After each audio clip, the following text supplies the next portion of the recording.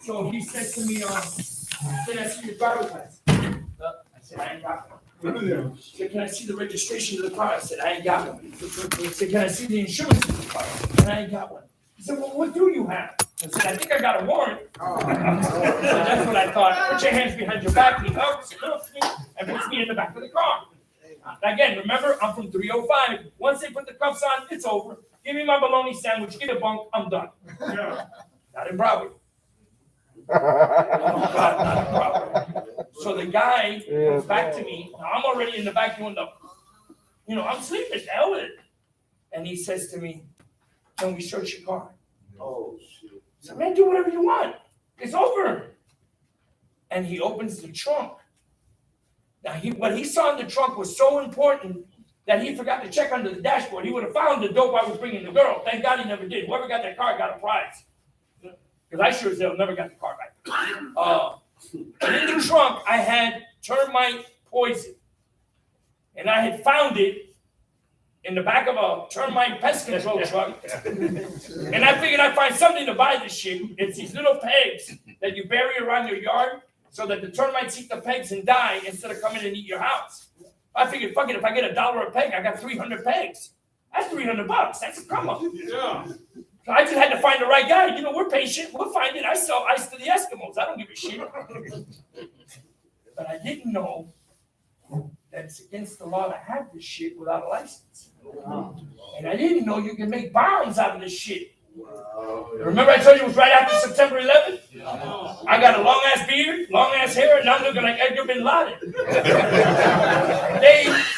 Next thing you know, these guys with suits, these things in their ear, are opening the door and saying, wake up. I'm like, huh? Are we at the jail? He says, no, I got a question for you. What cell are you with? I said, whatever cell you put me in when we get to the house. He says, no, what terrorist cell are you with? Well, that woke me up quicker than shit. I said, terrorist cell? What are you, crazy? I'm a fucking crackhead. I said, crackhead? And I see him look at the cop like, motherfucker, you got us out here at 10 o'clock at night for a crackhead? And of course, they call in my name, and they ain't nothing but drug offenses. I'm a one-shot kind of guy. I'll do whatever I got to do to get my dope. That's it. I ain't trying to embezzle, bomb people, threaten to terrorists, all that. No. But of course, since the whole, what they calling people, Homeland Security was out there, they had to make it look good. They hit me with the bomb-making shit and the terrorist shit. And bro, I had like 7 charges that were like fucking crazy shit. And then driving while license suspended, habitual. Possession of paraphernalia with residue. First of all, that bullshit in Miami don't fly. We don't do no residue bullshit. You either got some or you ain't got none. But not in Broward County. So I wait to go to TV court the next morning, and of course all that crazy shit gets dropped. No probable cause, this stupid shit. But they hold me on the driving while license suspended, the possession charge, and the paraphernalia. No. Like a dummy, I yelled out, but there was no possession. They told me to be quiet and sit down. So they gave me a crazy ass bond. And the worst part was I was already out on bond in Dade County. So that revoked that bond, and it was just messed up. And I was out on bond in Miami for 20 nickel rocks. So, it was like, you're done. So they took me out to this beautiful place called the Conti Facility. Let me tell you, compared to Dade County, that's a fucking Holiday Inn. And I learned how to, play on the computer. They put me in some computer course. And I did a couple of NA meetings. And I played spades, because that's what I do. I play spades. If I can't win, I can't eat. Bread and meat, all that good shit. And one day, it's funny they put this, bro. I love this shit. I love this sign right here. We're playing cards, and I hear this guy talking about the house of dope. I said, God damn, you got one of those up here? I've been hanging in the wrong place. Shit, you got a house of dope. And the one guy playing with me at the table said, nah, man, the place is called the House of Hope. And he starts talking to me about this place. And it was funny how I heard 2 different versions. The one guy who was calling it the House of Dope said this place sucked and they violated him, and the other guy was talking great shit about it. All right. Well, why is he talking all that shit and you're talking good? He said, well, because we both violated by jumping the fence, and we're both facing whatever we get. But I am working a program and I understand that what I did was wrong. He just pissed. I said, so I start talking to the guy who liked the place. I want to hear about this place. Because see, I was used to going to prison, coming home, $100 check, have a nice day. What do you do with $100? You go out, get a 50, start juggling, get a hotel room, turn it into 100, turn it into 200, then here come a little chick walk by, you done fucked because you fucked it all up. You got to start all over again. Oh, you understand? So now, I didn't want to fall into that trap again. I done did that shit. You know, I've been there. Well, this was number 10. This was my 10th treatment center. And every time I got out, I made one mistake. I kept going home. Kept going right back to the same neighborhood, the same guys, the same friends, the same people. My parents, believe it or not. God bless the dead. And they never meant bad. It's just they only knew what to do with me and what they did. And what they did wasn't right. So I'll stop a second. I want you to understand what I mean by that. And I don't want nobody to think your mom and dad are bad and all this bullshit. No. But in my house, this is how it went. If I walked in and I was hungry, he on that marijuana. If I wasn't hungry, he on that cocaine. If all I wanted, I just want to sleep, I'm tired. He been drinking again. I couldn't win. So if you're going to blame me, then fuck it, I might as well. And that's what happened to me all those years. So I asked the judge, after sitting in 10 months in this beautiful county facility, I said, Your Honor, I really want a chance. State attorney, Your Honor, we're here. And it was Elijah Williams, black judge, just new to the bench. Tucker was pro-treatment, and he said, you know what, I'm going to give you a chance. But it ain't going to be easy. And I said, Your Honor, if it's easy, it ain't worth doing. He said, well, let me explain to you what the offer is. Plan A, 10 years, probation. Exactly. Reporting every 2 weeks for urine. For the first 3 years. 3 meetings a week for the first 3 years. 6 months at the House of Beautiful Dope. And 6 months at the aftercare, which used to be the Crowley House. We just tore it down. The guy who bought it is a friend of mine. So he says, or plan B, we'll go back to the first 18 months. I skipped that part because I don't want to go over time. But the first offer was 18 months just for the driving while license and the habitual shit. And I was like, are you crazy? I'm not going to prison for that. What you here for, boy? Driving without a license? Bitch, you're mine now. I've been there. I'm like, no, I ain't going for that bullshit. So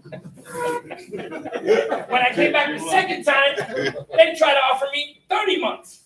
I said, 18 months, you're supposed to go down. And one guy said, you must be from Dade County. I said, yeah. He said, no, this is Broward. We don't go down, we go up. Ooh, total, we ain't in Kansas anymore. So I didn't take shit. So finally, by the grace of God, because even in there, my higher power was working for me. He bring me in with this. They had me in this shit. You guys got some shit called Rockport. That was some crazy shit. I was at 30 years. I said, for driving without a license, what are y'all fucking smoking over here? So finally, they figure it out. They put me in this guy's courtroom. He gives me 10 years probation. And he says, or we'll go back to the 18 months. You've already got 10 months in. You'll go to prison for a couple of months, and then you can go do whatever you want when you get out. I'm going to have to give you a minute to talk to your lawyer before you make a choice. I don't need to talk to anybody. He says, no, I got to give you the minute. All right. So my lawyer comes over, sits down next to me, and says, listen, man, if I were you, I'd take the prison. But see, of course, he knows that one time, and the many times, and all the times that I took probation, I always violated. I never finished a probation in my life. So what are you doing? You're taking 10 years. You could do 6 months. And I had for that 1 minute in my life, I had that moment of clarity. And I asked him one question. I said, listen, man, do you get to go home tonight? He said, yeah. I said, man, I want to go home too. I'm sick of this shit. And please, don't get it twisted. I'm not sick of crack. I love crack cocaine. And I'll love crack cocaine until the day I die. But I got sick of the what do you call it? The consequences. I got sick of this. I got sick of lockdown. Bitch, anybody in the car? I don't give a shit. Everybody go to your room. Motherfucker, but the game's on. Fuck that shit. Everybody in your... What the fuck? Oh, you can't eat this. You can't eat that. You can't take a shower. You can't take a shit. You can't. I got tired of that. That's what I got tired of. And I told the judge, I'll take that 10 years paper. You see how quiet it is right now? That's how quiet it was in that courtroom. Some people said, this motherfucker crazy. They're right. And I took the 10 years paper, but I had forgot one thing. I'm out on bond in Dade County. I still got to go see them. So I've done, just forget that shit. I'm sitting there waiting for the House of Hope to come get me. When are they coming to get me? And all of a sudden, Greenhoff, get it all. Yeah. So you're going to Dade County. I'm like, huh? Oh, shit. I don't forgot about that shit. They took me down there, lost my paperwork. I was supposed to see the judge, and I didn't see the judge 20-something days in. Finally, I go see the judge, Schumacher. Judge Schumacher. Mark Schumacher. Oh, yes, sir. You know it. Got Dead? 10 years. Is he dead? I don't know. I grew up in 95. So he says to me, Mr. Greenhoff, it looks like we made a mistake. And, because they lost me. I should have seen the judge within 2-3 days of getting to Dade County. He says, but I see that you've made prior arrangements with Broward County. In other words, he says, sucker, you done signed your life away. He said, how about I give you credit time served and we call it even? Those are my favorite words, baby. I said, you know what? What's one more conviction? I've already got 16. Make it 17, baby. Let's go. Convicted me. Send me back to Broward. I got the place. I start calling here. I'm like, man, I've been sitting here for 4 months waiting for you guys out. Oh, shit. They didn't know about the transfer. Oh, Pam. Oh, I'm sorry. I'll get you over here tomorrow. And sure as shit, the next day I got here. And when I walked out, and I walked in here, I can't remember the guy's name, but he offered me a cigarette. I hadn't smoked a cigarette in 10 months. And I picked it up like it was nothing. Big dummy, because I'm an addict. So I'm going to fast forward. I got a counselor. They give me a test. I'm sure you already the psychosocial test where did I want to fuck my mother? The lady who gave me back then was Dr. Kavachi. When I took the test, I figured it was going to tell me because we read a lot. I don't know about you guys, but when I was in prison, I studied everything and anything. I read the shampoo bottle. I don't give a shit. I know what fucking color number 3 can do to your shit. I died 29 and all that bullshit. So she says to me, do you want to know what you scored? I said, yeah, that's why I took the test. I want to know what's wrong with me. Do I need because everybody in medication line was 3 blocks long. I figured I need a medication. I must be missing a pill. My mother dropped me on my head. My father kicked my ass. Something went wrong. And she said to me, she was Spanish. How many Spanish people I got? Okay, so I'm going to do this just so you understand the word she used. I don't know if it translates right. She said, tú lo que eres es un descarado. See, it's funny, huh? In English, it's basically, you're an idiot. You're not a little kid anymore. You're a man. You Puerto Rican? Huh? You Puerto Rican? Cuban, but my wife Puerto Rican. I ate pastel. I'm going to go eat a pastel in your name tonight. So, I got a fresh batch. Yeah. So, push come to shove, the lady told me that the only thing wrong with me was my thinking of the way I looked at life. Oh, that I wasn't a kid anymore and this wasn't a joke. This was reality. Must have sound back to life, back to reality. Any way you want it, any way you need it. Now what happened is they taught me how to think just a little different. Just a little. And they taught me how to relearn certain things that I didn't know how to do. I used to get and work Monday through Friday like a motherfucker to get my check and swear all week when I get my check this Friday, I'm going to cash it and go straight home and pay bills. I guess, let me get 3. How the fuck did I get here? I had a guy, I didn't even have to cash my check. Sign that motherfucker, give it to me, I got you, baby. So what happens is, I learned how to bring my check home, turn it in.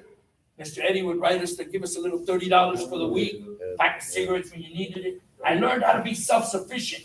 On the seventh tradition? Yeah, seventh tradition says we become self-supporting. We don't take contribution from anybody else. In other words, the meetings taught me how to be self-supporting. I had to be able to take care of me. And I thank God because you know what happened? My mom and dad got sick. And I ended up taking care of them. And they ended up passing away. And when they were sick, I got on the phone and called my sponsor. Yo, bro, my mom and dad's sick, blah, blah, blah. He got on the phone and he got on the drums. Boom, boom, boom, boom, boom, boom. Everybody started showing up. Out of nowhere, I got people showing up at the hospital. I had a guy, they had my dad in Memorial Miramar. I don't know if y'all know what that is, but that's like 170th Avenue and Miramar Parkway. I don't even know if they got buses going out that far. And old Eli showed up. I was like, motherfucker, how'd you get here? Man, it wasn't easy, but I'm here. Because that's what I got now. I got people. Now, I'm going to tell you a quick story, because this might happen to you. Believe it or not, I finished the probation. Wow. I graduated the house.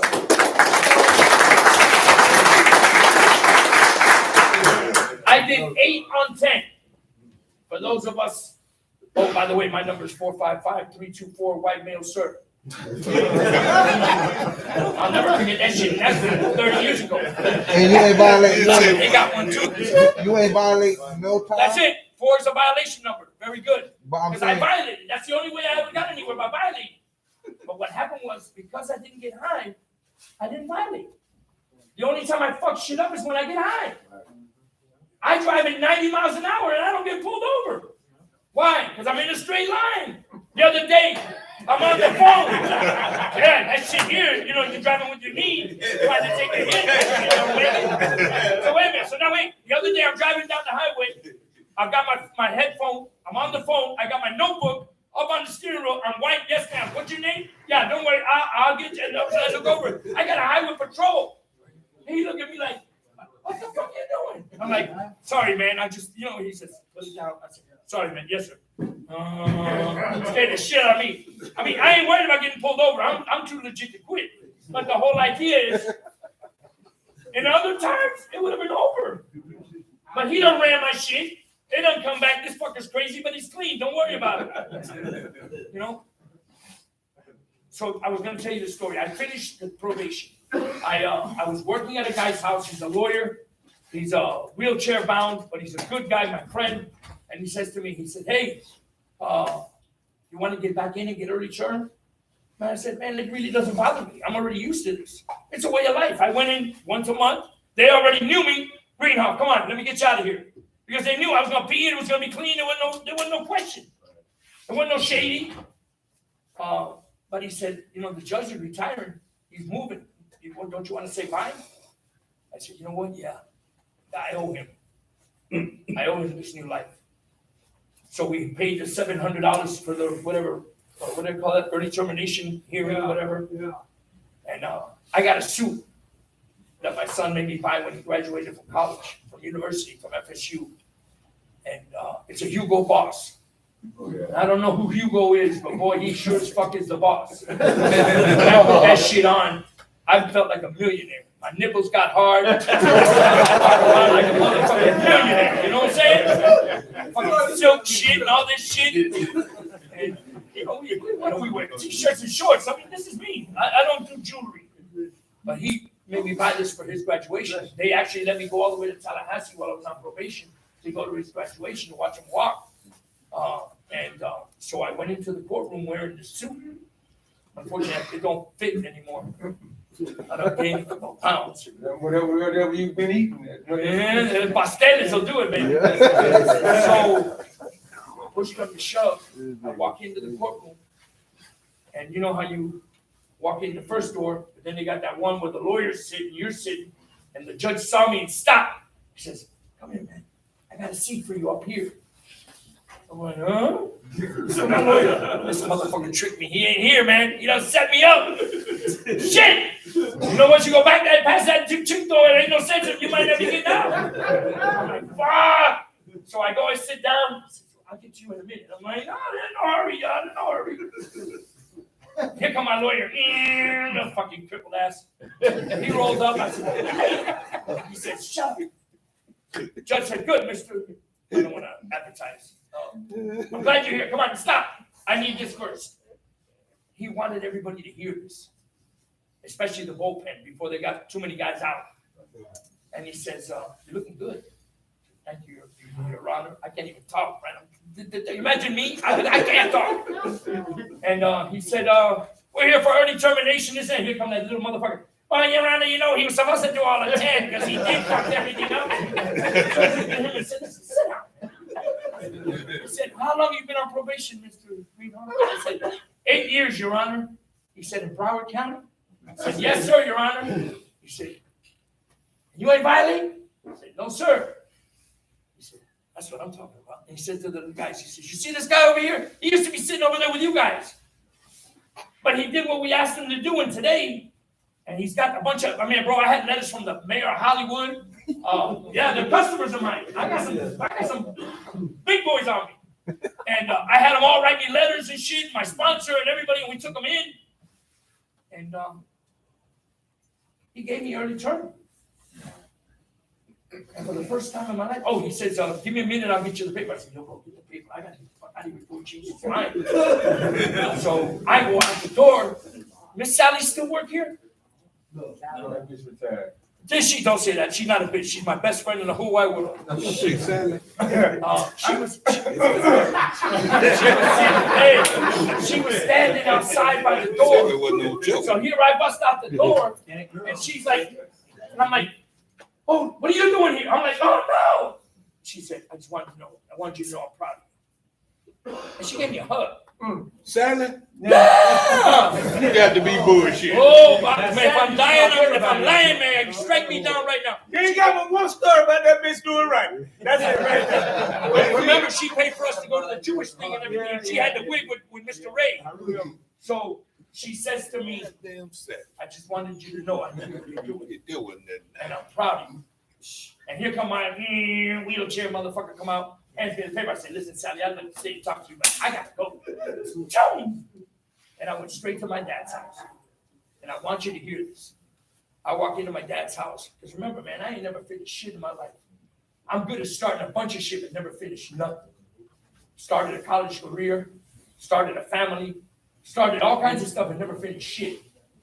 But I had finished this. And I took my dad the paper. I handed it to him. I said, Dad, I finished the probation. My dad says, good, now you ain't got to go to them fucking meetings anymore. I'm like, huh? He said, yeah, because see, to my dad, one of you guys got dope on you right now, and any minute the cops are going to come in and take us all to jail. So there's no reason for me to have to go anymore. I'm clean. I'm not on paper. I'm whatever year's clean. I said, Dad, it don't work like that. My mom goes, shh, let him go. You just do what you got to do. See, my mom understood this. My dad didn't. So like I told you, my dad got sick. My sponsor called. A bunch of people started showing up at the hospital. And my father kept saying, who's that? It's a friend of mine from the meetings. Who's that? A friend of mine from the meetings. Oh, who's that? A friend of mine from the meetings. Like, I thought you quit going to the things. No, I've been lying to you, Dad. No, I ain't quit going. So, it was a little rough. But there were so many people. I had more people from the meeting show up at the hospital than I did my own family. I ain't got that much family. You guys are my family. And the one night, I used to always wait till 11 o'clock to give him his medication, do the shift change, and then I'd leave. And he was sitting there, and he says, maybe the meetings ain't that bad. And I said, they give you your medication already? I figured you're a little loopy. He on there. He said, no, they ain't giving me the medication yet, but I see so many people come up. You got a lot of friends. And I said, no, Dad, I got a lot of family. And they all want me to survive. And they're all afraid that something's going to happen to you and I may fuck up, but they don't know. I'm done with this shit. I'm good. And he said, I'm glad. And you know what? My dad passed away, and he didn't have to worry about his son getting high anymore. And he actually left me his most prized possession to watch over, my mother. My father died because he wouldn't leave my mother alone. My mother had Alzheimer's. So instead of him going to the doctor and taking care of his shit, he just stayed and buckled down until it got so bad to him where it killed him. But when he went knowing that he didn't have to worry about my mom. And I took care of my mom for the last 4 years of her life. And I buried them both, and I took care of everything, and I did what I had to do. I stepped up and became a man.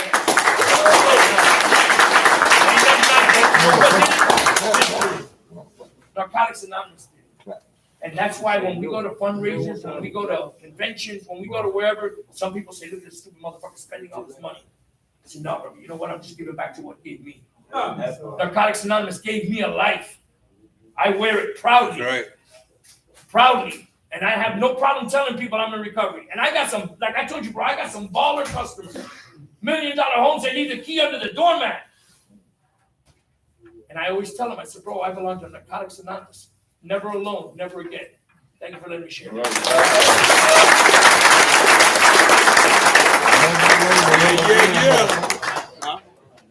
You know, you talking about Sandra, but I was in my first day here. She had 3 police cars. The first 3 motherfuckers walked in with the ticket. Hey, I was on probation. I ain't have a one time. I'm glad. We're making sure we ain't got that much time. My name is Paul Cobain. Yeah, Jason, man, I really appreciate you guys coming out here. Every time you come out here, it seems like I'm trying to avoid what you want to do, you know. Because this right here, whole cover thing, you know, just recently I got out of prison. I'm not new to it, but like trying to stop. I'm looking to it like 2 years, 2 or 3 years. And I resonate with everything that you said, such as, you know, you got to, you know, come to man and stuck in the behaviors like that. And that's pretty much the thing. Today we went to the jazz fest. And that's, yeah. I kind of, you know what I'm saying, I felt alive. You know, the girl that stopped, hey, take a picture of her. On the street, take a picture and stuff like that, you know.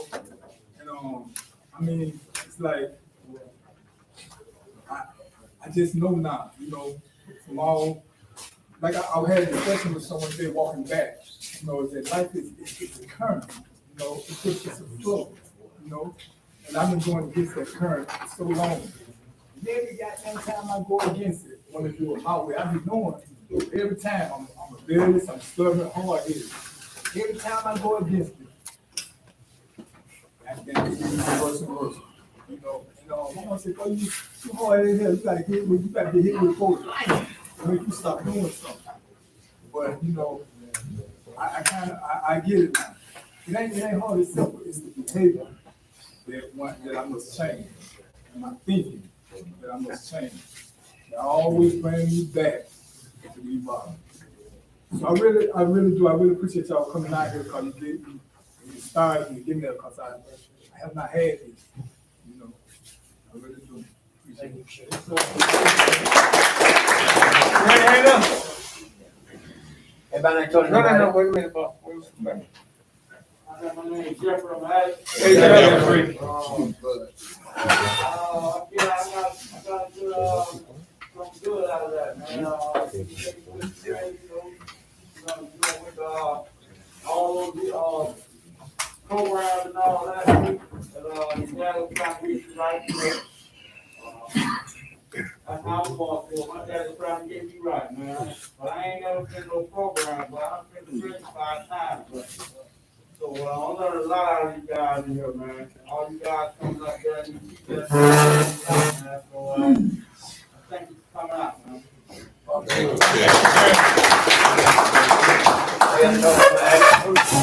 I had 4, 5, 48. Make quick. Oh, I'm sorry, I'm Attic, and I just want to say thank you for coming and keep coming back. Thank you, sir. Hey, y'all, hold on to club until we leave. Y'all keep clapping. We ain't gonna come back to this motherfucker. We finished. Wait till we finish. Too much clapping. Hey, Gary. I can seriously relate to everything that's been said by all of you guys. I've been here long enough to hear pretty much like all It's been a piece. I know you knew. I mean, since I've been here, I know you're not new, but for the most part, you know what I'm saying? I had to be real with myself. And I see that a lot of times I was just fooling myself. I'm so serious about my sobriety right now that even though I know we all here as a community, you know what I'm saying, I'm focused on my sobriety by keeping it real with myself. You know what I'm saying? Anything that I know I need to change, I'm on top of that, especially if it's gonna make my life much better. So I'm sitting back taking personal inventories of where I've been, where I'm at, and where I plan to go, and all of that, I'm keeping it thorough with myself, bro. But you know, y'all give me the strength to keep moving forward. Like today, my home team did say we went out to the Jazz Fest, and it just went to show me that we can have a shitload of fun without fucking drugs and alcohol. I had to pull me a little Spanish chick, she 58. You know what I'm saying? I was dancing my ass off in front of them sailors, man. We was having a good ass time. And I ain't even want to leave. I know that if I didn't, she probably took me home. But I'm glad that I'm back here to see y'all dudes here, hanging out with us, keeping us strong, letting us know what you've been through and how to get through it. And this is how we master the game, by not going through what it is y'all been through. So keep coming back, man.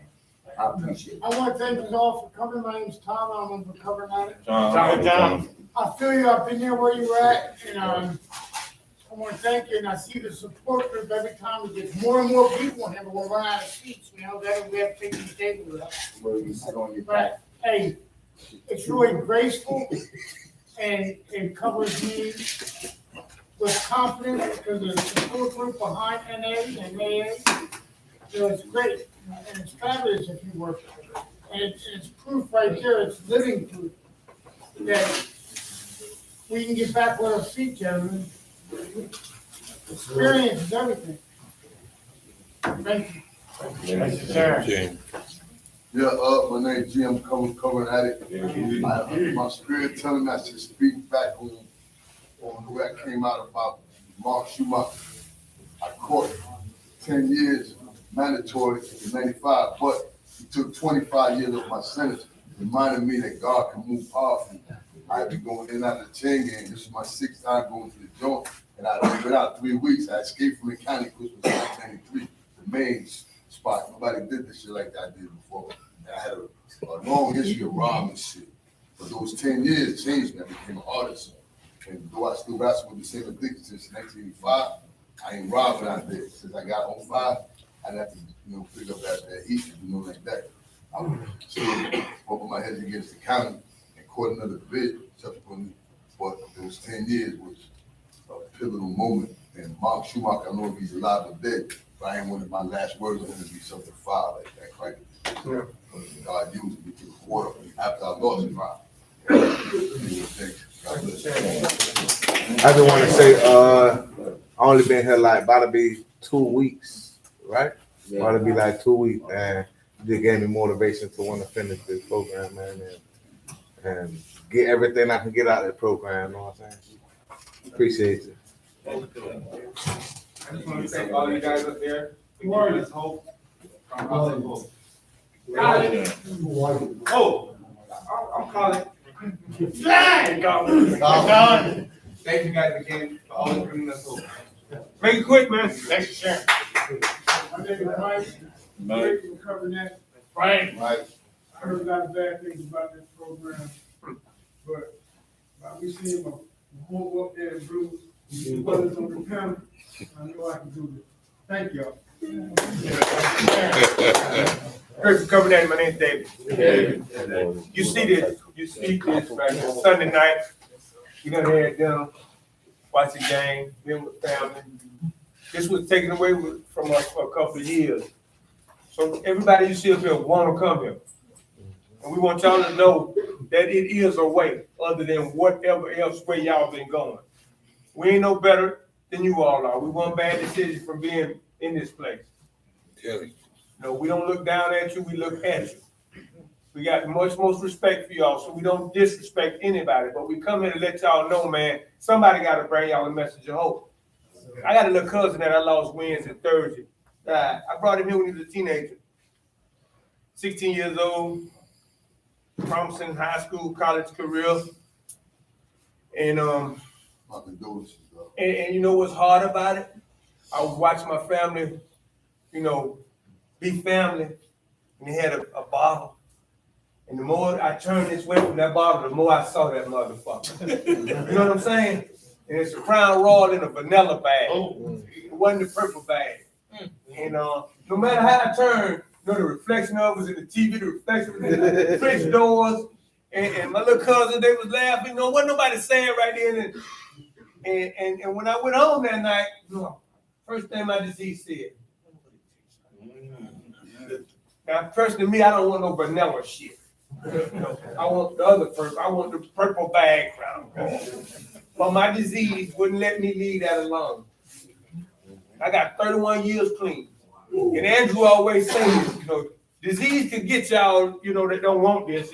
Y'all easy to get. But a motherfucker who been a soldier, been marching, let me see. I laid my head on my pillow. You couldn't tell me I hit that Crown Royal. Come on, Dave, get it. I got up that morning and called my sponsor. I prayed. I do everything I've always done. Nothing different. Told on my disease. As soon as I got in my vehicle, called my sponsor. And I'm gonna tell you right now, I ain't gonna say that would have been the day, but if I would have stopped for that moment doing what we always do, some of us do that. Not everybody. Everybody got their own way to recover, but every fucking one of us got our own way of recovery. But just because I didn't stop doing something that I've always done, I felt strong enough to get through the day. And I'm gonna tell you right now, because see, everybody deal with death different. You know. But people with this disease of addiction to get another dose of whatever could happen. I ain't gonna say go out and smoke no crack. I don't want that, but getting drunk sounds like a good idea, but that ain't my drug of choice. You know? So I just wanted to let y'all know, so we ain't never won this battle. It ain't never over. If you ever meet somebody that they told you that they got this, get the fuck from around. Because ain't none of us can tell you that we got this. No. And on any given day, your disease gonna knock on you, pull you, dug your shoulder, wake up before you, and see if you ready to go. So remember, it ain't a battle we win. We just got to get one step ahead of it. Who got just for the day? Who got just for the day? Somebody got just for the day? I wish I had it, but I ain't got this for the day, bro. What the fuck? Might be that. That ain't now right there. Go get it in the paper, though. Y'all want me to read it? I'll read it though, shit. What I'm saying. I wanted to read all of them, but they told me I can't do that. That's all right. Y'all make sure y'all have just for the day next week. We got a nice one closing. Got it. We'll see you on that phone. No, I don't. Go ahead and put it up. Put it up. All right. Many of us have said, Take my will of my life, guide me in my recovery, show me how to live clean. Thank you for that message again.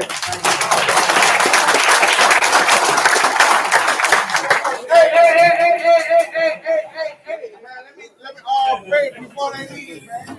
Let me say a word before they leave, man.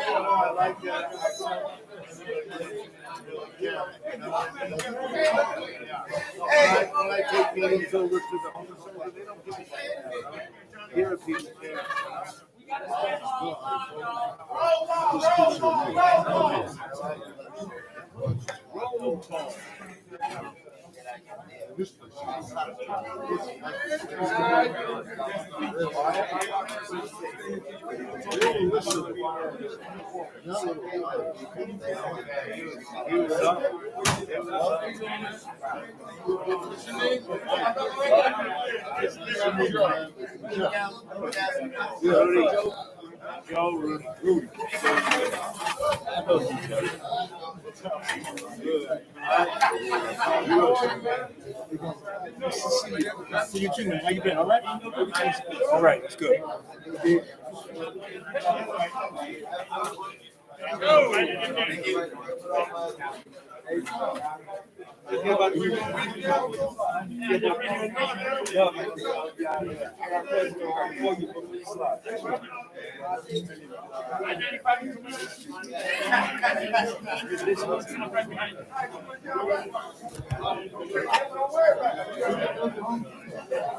Surrendering by the sea and our police. Don't worry about it, we'll get you there. Tell me when you get out. Go. Hey,